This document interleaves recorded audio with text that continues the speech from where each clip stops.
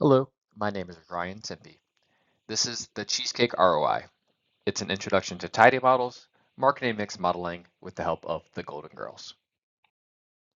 Meet Dorothy, Rose, Blanche, and Sophia. Together, they run a small cheesecake business based in Miami, Florida. This business has grown, and so over the past few years, they've invested in marketing to help them sell more. This includes TV commercials, billboard campaigns, and newspapers. This is a big investment from the women, so one morning over breakfast, Dorothy's looking at her bills and asks a question. Is our marketing worth it? Dorothy wants to know the return on investment from their marketing investments. Are they getting more cheesecake sales than they're spending in on their TV, billboard, and newspaper campaigns? So we know how much the girls are spending, but we don't know what the marketing driven sales are. And this is where marketing mix modeling can help. Marketing mix modeling is at its core a linear regression. But rather than caring about the predicted values coming out of the model, we care about the coefficients, and that because those explain the relationship between our inputs, including marketing and sales. But even before we get into modeling, we can look at our sales over time and kind of see what's going on that will help inform our model.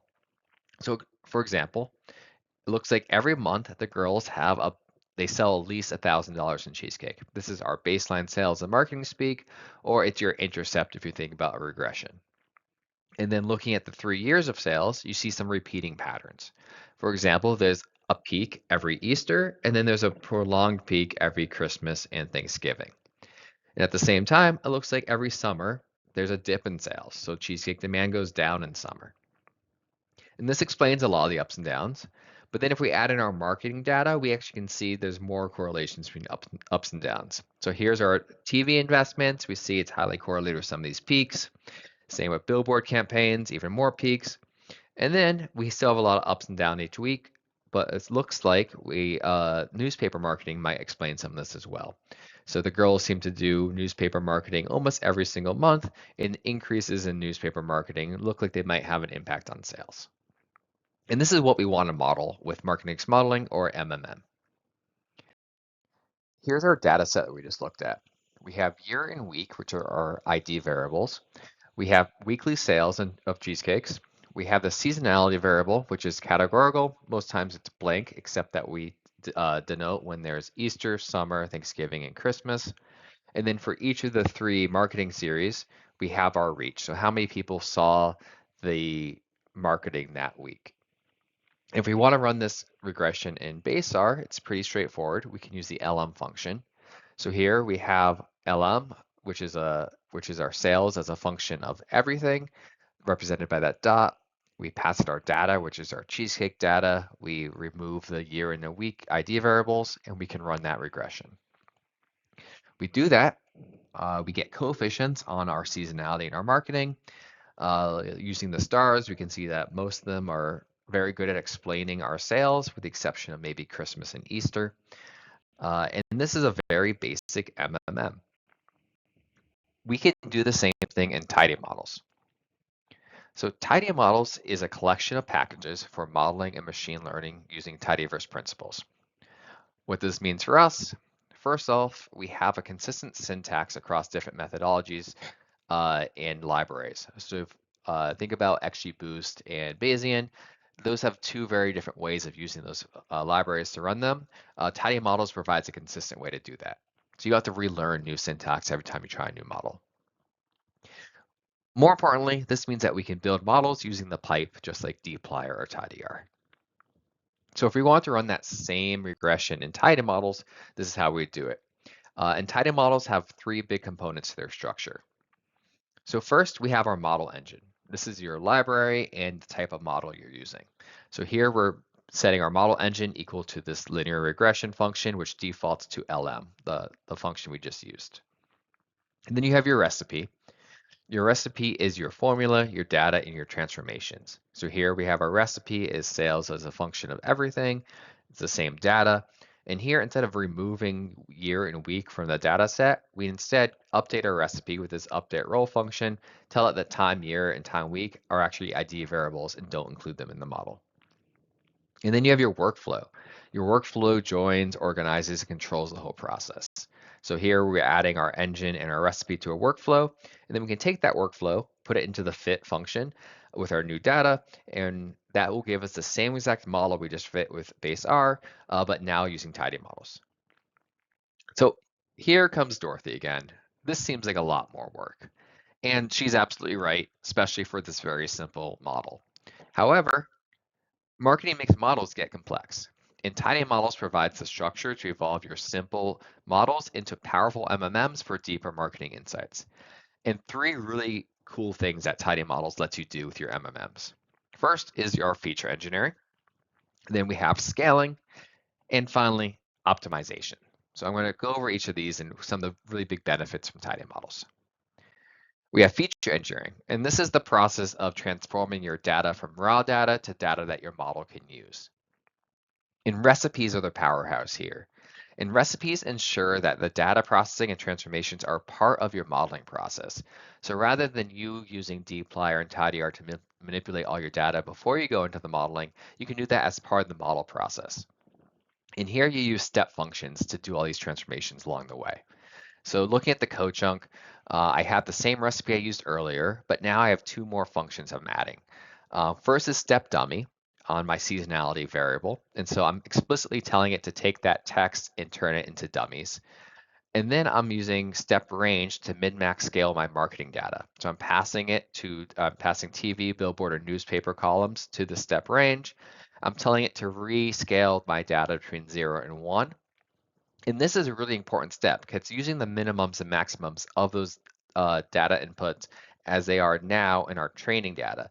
But now in the future, if using my trained model on test data or new production data, the recipe is going to remember all that metadata. It will remember the mins and the maxes and retain that in the new recipes and in the future transformations.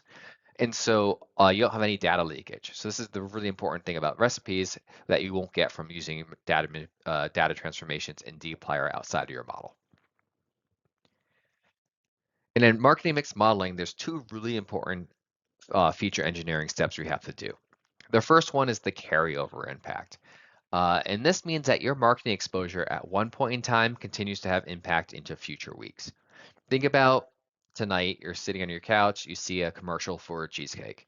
You think that looks amazing, but you're not going to put your clothes on and go out to the store tonight. However, in 2 weeks, you might be grocery shopping, see that cheesecake in the aisle, and remember that commercial you saw and decide to buy it. So the marketing you saw today might impact marketing or your purchase decision in 2 weeks. And this is how we show this graphically. You have your initial investment in blue at time one, and then over time, it still has an impact. It just decays into over time to smaller and smaller impact, even though it's still there. The other big one is diminishing returns. So this says that high investment in marketing will hit a saturation point and become less effective. There are many ways to show this and describe this. One of my favorite stories is, hey, you see a TV commercial once, again for cheesecake, you think that's interesting. You see it 2, 3, 4 more times, you're sold, you're ready to buy that cheesecake. But if you see that same commercial 10, 20, 30 times, you're no more likely to buy that cheesecake. Even though the company is still paying for you to see that ad, it's not doing anything for you. And there are many ways to show this graphically and include this include this transformation in our models. This is a very simple one, the C-shaped curve where at low levels of investment, there's big initial gains. And then as we increase investment, we're still getting gains, but those gains get smaller and smaller with higher levels of investment. And step functions let us do this as well in Tidymodels. So what this means for our models is that one, the carryover impact means that our observations are not independent. So our rows are all talking to each other. And then those relationships are not linear. You're going to get different sales impacts for different levels of investment, and it's not consistent. So going back to our recipe, there's no step function out of the box that solve this for me, but it's very easy to build your own custom step functions. And that's what I did for diminishing returns and carryover impact. So here we look at our recipe. I have the step add stock, which I use for the carryover impact. And I'm saying for TV and billboard, have this 30% carryover each week. And for newspapers, have a lower carryover, so it's less impactful over time or less lingering of 10%. And then for TV, billboard, and newspapers, I'm just raising those all to the power of 0.9 to force this very simple C-shaped curve onto my data. Um, Building your own step functions is very, very easy. There's a recipes has a whole GitHub of all their current recipes. Find one that matches what you need to do closely, and then you can edit it for yourself. Or you can use linear LLMs um, to help you get started. The other thing I want to point out is the order of operations matters. So here in our recipe, we're now transforming each of our marketings 3 different times. And recipes will go from top to bottom, just like your normal pipeline. So first, it's going to run the carryover impact, then it's going to run the diminishing returns, and then it's going to min-max scale for us. Next, we have scaling models. And I'm going to talk about scaling out, which is making bigger models, and scaling up, which is doing more models. So scaling out, let's look at our cheesecake sales again. If you remember, we had some pretty weak coefficients or not significant on Christmas and Easter. Well, there's a reason for that. First is that our marketing inputs are highly correlated with each other. It seems like the Golden Girls do their TV ads and their billboard campaigns often at the same time or very close to each other. And we also see that they align their marketing with our holiday periods. And so as when you're doing this, your linear regression is going to have some trouble finding the true relationship between marketing and holidays and sales because all your inputs are slightly correlated with each other. And as your business expands, you're going to see this more and more. If you're adding more marketing or you want more deep dives into your marketing, you need to include more variables into your model. But doing that might overfit your model and lead to some very strange coefficients. And normally in linear regressions, if you only care about predictions, you could use factor analysis to reduce the number of variables or principal components analysis to find the underlying trends. But we can't do that in MMM because we need to know the exact coefficients on each of our inputs. So here, one option is to relook at our model engine. So we can change our model engine while not changing anything else. So here, rather than using that LM default for my linear regression, I'm going to change the engine to Stan instead. And Stan is the library that will help you run Bayesian models. I don't have to change anything else except for the engine here. And then I can use the same exact recipe, the same workflow, and get a fit. I'll get the same model results, but now all the math under the hood is completely different. And now that I've swapped my model results, or my model engine, I can add engine-specific parameters to my engine. So for Bayes, that would be our priors. So now I can tell my model the expected coefficients or the prior distribution of all my coefficients before the modeling process as part of that modeling process. So here it's very simple, but I'm telling my model with priors that all the marketing should be positive. All the seasonality, with except for summer, should be positive under normal distributions. And now it will use that information to fit the linear regression using the same exact recipe and using the same workflow. There's also scaling up. And so this is if you have to build more models and do more things with your models. So for example, if the Golden Girls expand their business to another city in Florida, or maybe they introduce another type of cheesecake, they need to run separate models because they have different marketing for each one, but they want to use their same code. They want to reinvent the wheel every time they have to make a new model. So a very simple example here is that you could wrap your your MMM workflow around a function and then make a lot of your workflow a variable. And so here's a very simple a function I wrote called run MMM. Run MMM has one input, which is our marketing inputs. And so we can list our TV, newspaper, and billboard, and it'll run a model on whatever marketing inputs we include. And the only thing we have to change here is whenever we're referring to those marketing variables, rather than calling them out explicitly as TV, newspapers, or billboards like we were before, we can use this any of function, which takes our string input and treats that as our marketing input. So here, I'm updating the role. I'm telling it, hey, make sure what all the marketing inputs include are predictors, so they're on the right hand side of the equation.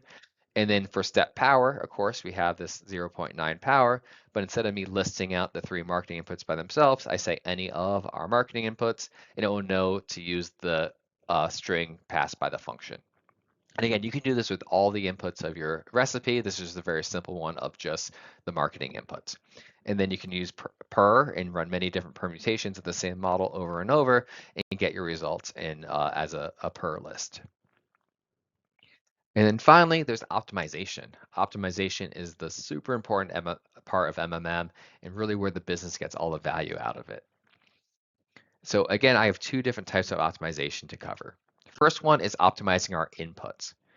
So now that we have these models, up until now, I've been hard coding all the step functions in here.